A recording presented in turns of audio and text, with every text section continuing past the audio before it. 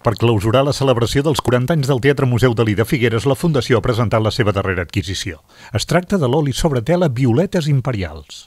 És una obra que Dalí havia presentat a la seva casa de París, amb un passi privat d'un seguit d'obres que anaven a Nova York a la galeria de Julian Levy. El primer propietari va ser el col·leccionista famós i mecenes Lequard James. Després Lequard James la va donar al MoMA de Nova York.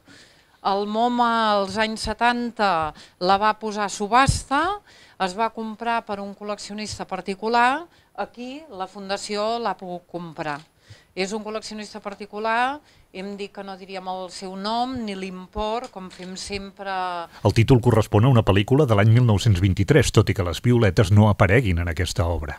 Es diu que el títol el va treure d'una pel·lícula titulada Violetes Imperials, però és la pel·lícula de l'any 23, que és d'un director anomenat Henry Russell, i diuen que la va veure a casa de la Coco Chanel. I li va agradar molt a Dalí aquest títol, que no deixa de ser una cosa rimbombant i xocant, perquè si hi ha alguna que no té ni violetes ni imperials és aquest quadre.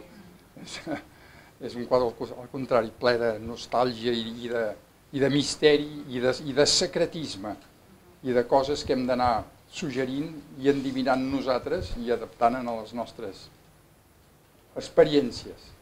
No és una pintura enfosquida senzillament, és feta per acumulació, que és per això que té aquesta estranya sensació de misteri i com de nostàlgia. Dalí pinta violetes imperials en un moment convuls per a Europa. És l'any 38 i Espanya està immersa en plena guerra civil i ja es divisa a la Segona Guerra Mundial.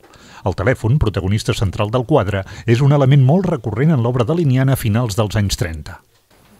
Va utilitzar els telèfons aquests de baquelita negres, que li agradaven molt, i molt sovint els presentava escardats per lo que eren.